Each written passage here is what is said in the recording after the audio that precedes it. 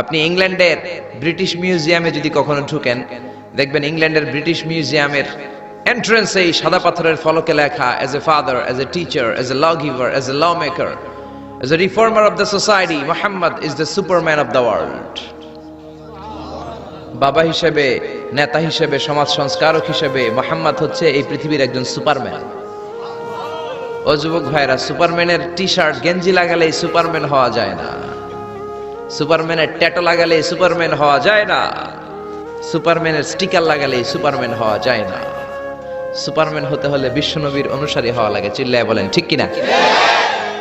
এটা কি কোনো মুসলিম দেশের জাদুঘরে, মিউজিয়ামে লেখা, নাকি খ্রিস্টানদের জাদুঘরে? আসেন এবার বৌদ্ধ ধর্মে ঢুকি। বৌদ্ধদের বর্তমান বিশ্বের সবচেয়ে বড় ধর্মীয় নেতার নাম দালাই লামা, তিব্বতের ধর্মীয় গুরু। তিনি একটা ইন্টারন্যাশনাল কনফারেন্সে বলেছেন, the last messenger of Muslim community, মুসলিম বিশ্বের সর্বশেষ নবী তিনি সাধারণ কোনো মানব নন, তিনি অবিসংবাদিত মানব হয়ে পৃথিবীতে এসেছেন।